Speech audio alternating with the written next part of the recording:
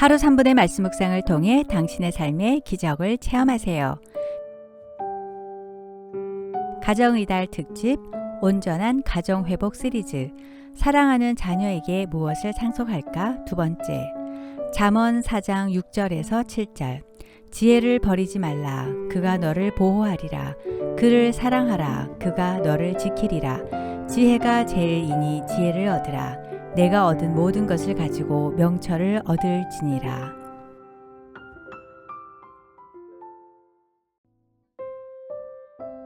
지난번 영상에서는 백만장자 할아버지가 조카 손자인 제이슨에게 과제로 냈던 12가지 유산 중 6가지 일, 돈, 친구, 배움, 고난, 가족에 대해 정리하였습니다.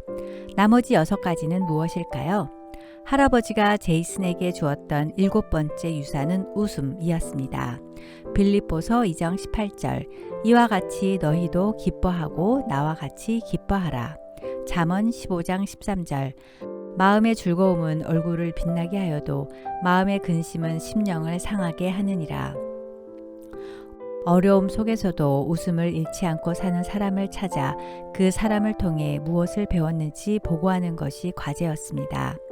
시력을 잃었지만 늘 웃음을 잃지 않고 모든 사람들에게 훈훈함을 느끼게 하는 데이비드란 친구를 통해 영혼을 치유하는 것은 밝은 웃음뿐이며 좋은 일은 물론이고 나쁜 일에도 웃을 수 있을 때 인생의 참 사랑을 느낄 수 있음을 배웠다고 제이슨은 보고했습니다. 8번째 유산은 꿈이었습니다. 할아버지는 비디오 속에서 이렇게 말했습니다. 제이슨, 이번 달엔 모든 위대한 사람들이 가지고 있는 유산인 바로 꿈에 대해 배웠으면 한다. 꿈은 인생의 핵심이다. 꿈은 특별한 사람들의 마음속에서 자라지만 그 꿈이 현실에서 결실을 맺으면 온 세상 사람들이 맛볼 수 있게 된단다. 내가 아는 한 친구는 수많은 실패와 시련에도 불구하고 자신의 꿈을 포기하지 않았고 남에게 자기 꿈을 보여주는 것을 멈추지 않았단다. 이 친구는 죽음을 앞두고 병상에 누워서도 자신의 꿈을 실현할 계획표를 천장에 붙여달라고 했지. 죽는 날까지 자신의 꿈을 위해 열정을 불사르고 그 꿈을 다른 사람들에게 보여줄 수 있는 사람은 행운하지. 그 친구가 바로 월트 디즈니였단다. 하지만 한 가지는 꼭 명심해라. 내 꿈은 반드시 너의 꿈이어야 한다. 다른 사람의 꿈이 내 것이 될 수는 없어. 그리고 꿈이란 가만히 두는 게 아니라 계속해서 키워나가는 것이란다. 제이슨, 내가 가장 강렬하게 열정을 느끼는 것들부터 순서대로 적어보거라. 꿈에는 정답도 오답도 없단다. 단지 너와 함께 자라고 성장할 수 있는 꿈이면 된다. 내가 행복한 꿈이 많은 그런 인생을 살길 바란다. 과거 꿈이나 목표 없이 흥청망청 살았던 제이슨은 막막했습니다. 그러나 한 달 뒤 변호사를 찾아온 그는 거침없이 자신의 꿈에 대해 이야기했습니다. 앞으로 어려움에 처한 사람을 도와주고 싶습니다. 어려움에 처한 사람들이란 가난한 사람들뿐 아니라 자신들의 삶이 얼마나 가치 있는지를 모르는 사람들입니다. 레드 할아버지가 저에게 하고 계신 것 같은 일을 저도 다른 사람들에게 해주고 싶습니다. 빌립보서 2장 13절 너희 안에서 행하시는 이는 하나님이시니 자기의 기쁘신 뜻을 위하여 너희에게 소원을 두고 행하게 하시나니. 9번째 유산은 나눔이었습니다. 제이슨, 이번 달엔 나눔의 의미에 대해 배웠으면 한다. 나눔이란 것은 참 역설적인 것이란다. 사람들은 남에게 나눠주지 않을수록 자신은 많이 갖는다고 생각하지. 하지만 많이 나눠줄수록 자신에게 풍요로움이 더해진단다. 이것은 단지 돈에 대한 것만은 아니란다. 단 내가 남에게 나눠줄 때 결코 의무감으로 해서는 안 된다. 남을 위해 뭔가를 줄 때 느끼는 기쁨이야말로 나눔의 대가로 받는 최고의 특권이란다. 남에게 줄 때는 반드시 내가 번 것 아니면 내 몸을 바쳐 할 수 있는 것이라야 한다. 진짜 내 것이라고 말할 수 있는 것 가운데 나눠주도록 해라. 제이슨은 중얼거렸습니다. 내가 가진 게 뭐가 있다고. 받기만 하며 살았던 제이슨은 과연 내가 남한테 줄 수 있는 게 뭘까 생각했습니다. 한 달 뒤 제이슨은 변호사를 찾아와 탁자 위에 목록을 펼쳐놓고 읽기 시작했습니다. 24일째엔 교회에서 열리는 바저회를 도와줬고 25, 26일째엔 집 없는 사람들의 집을 지어주는 일을 거들었습니다. 27일째엔 동네 자선 바저회가 파티를 할 수 있도록 집을 빌려줬고 28일째엔 이웃사람이 낙엽 치우는 것을 도왔습니다. 29일째엔 집 근처 초등학교 아이들이랑 쿠키를 구워 팔았습니다. 변호사는 제이슨이 그토록 많은 일들을 한 달 사이 해놨다는 사실에 놀랐습니다. 나만 생각하는 사람에게는 즐거움이 없고 참 행복은 나눔을 통해서만 맛볼 수 있다는 것.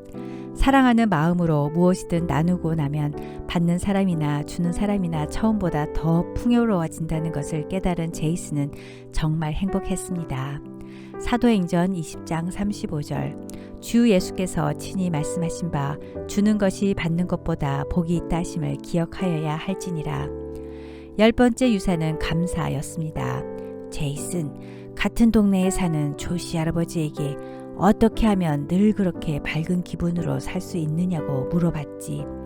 그랬더니 할아버지는 자신의 어머니가 돌아가시면서 황금의 감사 리스트를 물려주셨다고 하더구나.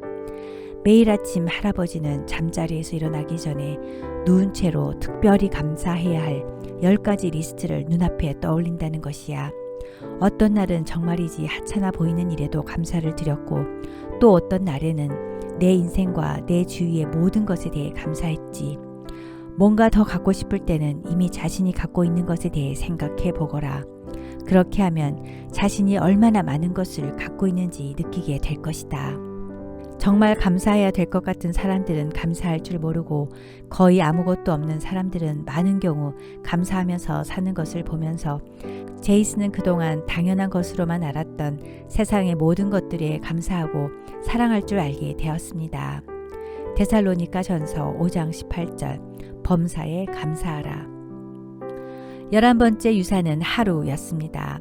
할아버지가 비디오를 통해 말했습니다. 유언장을 만들고 지금까지 살아온 삶을 정리하면서 내 인생을 특별하게 만들었던 것들을 생각했단다. 많은 기억들이 스치고 지나갔고 죽는 날 나는 그 기억들을 보물처럼 소중하게 챙겨갈 것이다. 인생이란 모래시계와 모래처럼 끊임없이 빠져나가는 것이다. 그러다 언젠가는 마지막 모래알이 떨어지는 것처럼 내 인생의 마지막 날이 오겠지. 나는 항상 그 마지막 날이 오면 어떻게 살아야 할까? 살 날이 하루밖에 남지 않았다면 무엇을 할까 생각한단다. 그러다 하루하루가 그 마지막 날처럼 소중하다는 것과 하루하루를 마지막 날처럼 의미 있게 잘 사는 게 인생을 잘 사는 것이란 걸 깨달았단다. 제이슨, 앞으로 30일 동안 내 인생의 마지막 날을 어떻게 살 것인지 계획을 세워라. 이달 말에 그 계획을 보고하거라. 그러면 그 짧은 하루 동안 얼마나 많은 일을 할 수 있을지 깨닫게 될 것이다. 인생의 마지막 날이니 죽음에 대해 한 번도 생각해 본 적이 없었던 제이슨은 30일 후 씩씩한 모습으로 나타났습니다. 인생의 마지막 날에는 무엇보다도 우선 일찍 일어나겠습니다. 시간을 낭비할 수 없으니까요. 그리고 침대에서 나오기 전에 감사의 시간부터 가져야겠죠. 그동안 제가 누려왔던 모든 것들에 대해서 말입니다.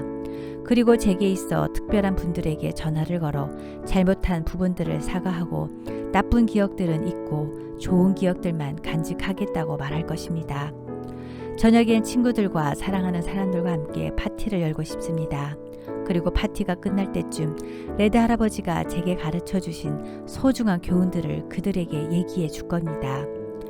제이슨은 인생의 절정은 바로 오늘이며 하루가 모여서 일주일, 한 달, 1년, 평생이 되는 진리를 깨달았습니다. 전도서 1장 1절 범사에 기한이 있고 천하만사가 다 때가 있나니. 에베소서 5장 16절 세월을 아끼라 때가 악하니라. 12번째 마지막 유산은 무엇일까요? 바로 사랑이었습니다. 할아버지는 이렇게 말했습니다. 제이슨, 마지막 단계까지 온 것을 축하한다. 이번 마지막 달에는 앞으로 내가 하게 되거나 갖게 될 모든 좋은 것들의 밑바탕이 될 사랑이라는 유산에 대해 생각해 봤으면 한다. 여기서 내가 유산이라고 말하는 사랑은 진정한 의미의 사랑이다. 지난 1년간 내가 내게 준 여러 유산들을 체험하는 동안 사랑도 함께 느꼈을 줄 안다. 앞으로 한 달 동안은 지금까지 내게 준 유산 속에 사랑이 어떤 식으로 녹아 있었는지 생각해 보도록 해라. 마지막 달의 마지막 날 제이슨은 머릿속에 뭔가 생각이 많은 표정으로 나타나 서서히 입을 열었을 때 그의 눈은 촉촉하게 젖기 시작했습니다. 1년 전 저는 다른 친척들처럼 유산을 분배받지 못한 것에 분개했습니다. 하지만 거스시 목장에서 길고 힘겨운 하루를 끝내고 저녁 노을이 목장 뒤로 번질 때 제 마음에 사랑이 넘치면서 비로소 일의 기쁨을 알게 되었습니다. 우리가 갖는 열정이나 꿈, 목표들은 마음속에 사랑이 있을 때에야 비로소 아름답고 위대한 것이 된다는 것도 알았습니다. 그리고 당연한 것으로 여겼던 세상의 모든 것들이 감사하고 소중한 것임을 알게 되었지요. 마지막 하루의 유산을 배울 때에는 되도록 많은 사랑을 느껴보고 죽고 싶다는 생각이 들었습니다. 사랑의 유산을 실제로 보여주신 것은 레드 할아버지셨습니다. 누군가를 사랑한다면 그 사랑으로 그를 변화시킬 수 있다는 것을 깨달았습니다. 레드 할아버지는 사랑으로 제 인생과 저의 됨됨이를 완전히 바꿔 놓으셨습니다. 저는 그것이 할아버지가 제게 주신 최고의 유산임을 깨달았습니다. 고린도전서 13장 13절 그런즉 믿음, 소망, 사랑 이 세 가지는 항상 있을 것인데 그 중에 제일은 사랑이라. 고린도전서 13장 1절 내가 사람의 방언과 천사의 말을 할지라도 사랑이 없으면 소리나는 구리와 울리는 꽹과리가 되고. 제이슨은 말을 마친 뒤 일어서서 변호사와 포옹을 하며 감사의 인사를 마친 뒤 문 쪽으로 걸어가 나가려 할 때 변호사가 말했습니다. 제이슨, 아직 한 단계가 더 남아있네. 변호사는 두툼한 서류를 건네주며 천천히 서류를 읽어 내려갔습니다. 내 조카, 손자, 사랑하는 제이슨 스티븐스에게 나의 자선기금 재단의 운영을 맡긴다. 현재 자선단체의 가치는 10억 달러가 약간 넘는다. 여러 장학 프로그램과 병원, 기타 기관들과 고아원 및 도서관 프로그램들의 기금을 관리하는 유일한 책임자로 손색이 없을 것으로 생각한다. 할아버지가 사랑하는 손자에게 남긴 12가지 유산, 정말 지혜롭고 멋지지 않나요? 사랑은 돈으로 살 수 없는 보물입니다. 사랑이라는 보물을 얻기 위해선 첫 번째 유산인 일부터 시작해서 11번째 유산인 하루하루를 열심히 성실히 보내야 합니다. 고린도전서 13장 1절에서 3절 모든 비밀과 모든 지식을 알고 또 산을 옮길 만한 모든 믿음이 있을지라도 사랑이 없으면 내가 아무것도 아니요 내가 내게 있는 모든 것으로 구제하고 또 내 몸을 불사르게 내어 줄지라도 사랑이 없으면 내게 아무 유익이 없느니라. 지난 1년 동안 돌아가신 할아버지가 조카에게 해준 모든 게 바로 사랑이었습니다. 고아는 부모가 없는 사람이 아니라 유산이 없는 사람입니다. 유산이 없는 사람은 불쌍한 사람입니다. 여러분은 무엇을 자녀에게 유산으로 남겨주시겠습니까? 세상은 돈 있는 사람보다 지혜가 있는 사람을 더 필요로 합니다. 우리가 남겨주거나 물려받아야 할 유산은 돈보다 바른 지혜입니다. 잠언 9장 10절 여호와를 경외하는 것이 지혜의 근본이요 거룩하신 자를 아는 것이 명철이니라. 돈만 있고 지혜가 없는 사람은 3살짜리 아이가 총알이 든 총을 들고 있는 것과 같다고 했습니다. 이 3살짜리 아이가 언제 방아쇠를 잘못 당겨 다른 사람들을 쏘게 될지, 거기다 자기 자신까지 쏘게 될지는 알 수 없는 노릇입니다. 소중하고 깨끗한 믿음, 거룩한 신앙을 유산으로 물려주어 사랑이 넘치는 믿음의 명문 가정이 되시길 기도합니다.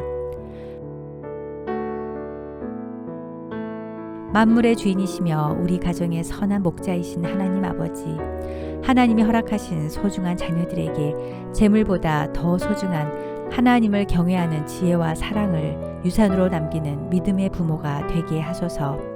세상적인 교육에 앞서 신앙교육에 최우선을 두게 하시고 가정 안에서 청지기로서의 삶을 실천함으로 믿음의 본이 되어 올바른 재물관을 가지게 하고 아이들에게 신앙을 계승하는 부모가 되게 하소서. 항상 기뻐하고 감사하며 자족할 줄 알고 이웃과 나누고 베풀며 사랑을 실천하는 저희 가족이 되게 축복하여 주옵소서. 예수님의 이름으로 기도드립니다. 아멘.